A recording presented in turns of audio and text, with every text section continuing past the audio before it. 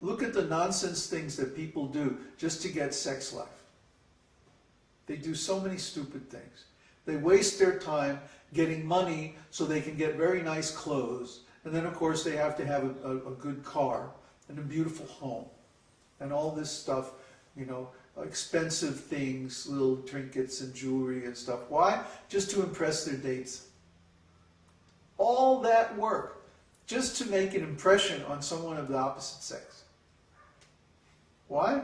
For this little transient sex life. Prabhupada calls it flickering. Flickering pleasure. Huh? Flickering means it comes and then it goes very quickly. Flickering. You know, like an old movie. You see an old movie, it had very low frame rates. And you could see the lights, the shutter turning on and off, flickering. That means very temporary. Of course, everything in this material world is temporary, but this pleasure of sex life is very temporary. Diseases also. Oh yeah, not to mention STDs and all kinds of nasty stuff. But the worst thing that people don't understand about sex life is that it reinforces the identification with the material body. If we get pleasure from this material body, or think we're getting pleasure, then we're going to become more strongly identified and think that, oh, I am this body. And that's very dangerous, because if we think that we're this body, that's the same as animal consciousness. Animal consciousness means I am this body. I am a dog, I am a cat, I am a cow, huh? I am a donkey. Hee-haw. It's stupid. Because, no, we're not this body. The very first item of spiritual knowledge is, I am a spirit soul. This is even before God or any of that. Huh? First thing we have to know is, I'm conscious. I'm conscious. Are you conscious? I hope so. If you're conscious, you are a spirit soul. There is no other entity that has the symptom of consciousness except a spirit soul. If it were possible to generate consciousness from matter, scientists would have figured it out already. I mean, come on. We have measuring instruments now that are so sensitive they can measure a single photon, a single electron, huh? A single quantum state change at some microscopic level. Huh? Don't you think by now, if the soul were material, or if consciousness were material, they would find some way to measure it? But no. No one can measure consciousness. No one can measure the presence of the soul. That means the soul is transcendental. Consciousness is spiritual. Every moment that we're conscious, we're having a spiritual experience. Try to understand. But what do? We fill our consciousness with junk. We don't respect ourselves. We don't have any sense of the value of this spiritual existence. And so we fill our consciousness with the impressions derived from the material senses. But that's not the real purpose of consciousness. The real purpose of consciousness is to become aware of spiritual things. And we can become aware of spiritual things very easily. How? By observing our own consciousness. When consciousness observes itself, you're already meditating. You're already conscious of a transcendental object. That's the meaning of meditation. Directing the consciousness toward a transcendental object. So when we do that, we automatically become happy. We automatically solve our problems. We automatically increase our wisdom. And all of our spiritual qualities. Cleanliness, mercy, truthfulness. All these qualities automatically increase simply by contemplating consciousness. It's very, very simple, very easy. But beyond that, once we are able to contemplate consciousness, the next thing is to contemplate the presence of God. God is present everywhere, and He's specifically present within the heart as the super soul. So by contemplating the presence of God as the Super Soul, we gradually come to realize Him as the Supreme Personality of Godhead and revive our original relationship with Him. And by this means, we become self-realized.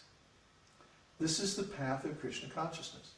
So, the Pancha-tattva incarnated to show, to demonstrate, to give the example of what is this path of Krishna consciousness. What is the path of spiritual life? What is Vedic wisdom? What is spiritual knowledge? And how do we live according to it? So they appeared 500 years ago in Bengal, in India, and by their pastimes and their relationships within and among themselves, they demonstrated all the different aspects of transcendental life. And these pastimes are very, very wonderful and very deep. And they're all narrated in Chaitanya Bhagavat and Caitanya-caritāmṛta, the two scriptures that come from the Chaitanya period. So, I very much recommend that everyone should read Chaitanya Bhagavat. Did everyone read the assignment? The 7th chapter of Caitanya-caritāmṛta? Yeah? I hope so, because I'm going to ask you questions about it. So anyway, the Pancha-tattva means God in 5 features. Then the Christians talk about the Trinity, which means God in 3 features. But we're talking about the Quinity, God in 5 features. He appears in 5 different forms simultaneously to show us the real meaning of spiritual life. If we're intelligent, then we'll take those pastimes and model our own lives after them. Just like somehow or other we're trying to preach this esoteric teaching. And it's very difficult, it takes a long time, people are slow to learn, slow to build their faith. If we ask people to take up some responsibility or some special service, most of the time they don't want to do it. If we ask for contributions so that we can spread this mission further, then people don't want to give very much, just a little bit. And then especially if we ask them, oh, please change your lifestyle to reflect these eternal truths, oh, that's a big problem. They don't understand that they will be so much happier if they do this. Or they're lazy. They don't want to work hard at it. They don't want to study. They don't want to learn the knowledge that's required to make these changes. Well, that doesn't hurt us. It only hurts you. Because you're not performing as many auspicious activities as you could if you took this devotional service, this esoteric teaching, to heart.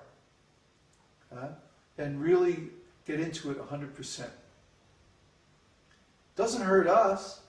We're already doing it 100% or more.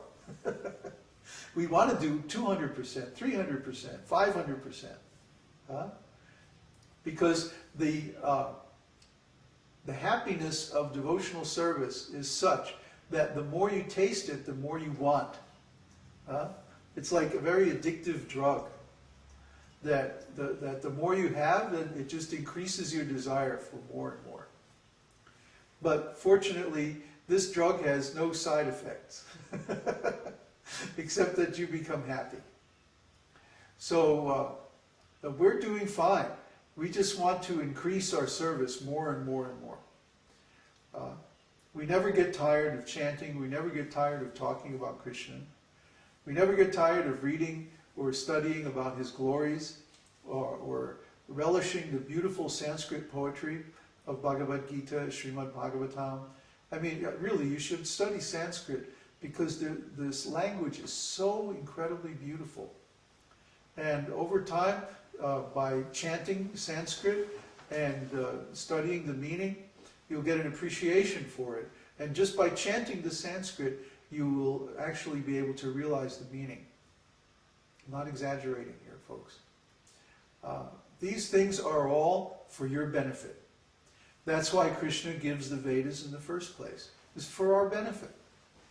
He doesn't get anything out of it. He's already God.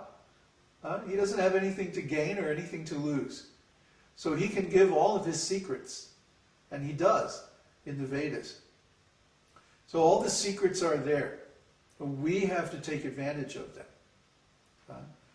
And if we say, well, I don't have time, then that's also stupid, because if we don't have time to create our future happiness in life, then what do we have time for? You think you're going to get more happiness by working for some impersonal, exploitive, material corporation? Huh? Some abstract entity that doesn't even really exist?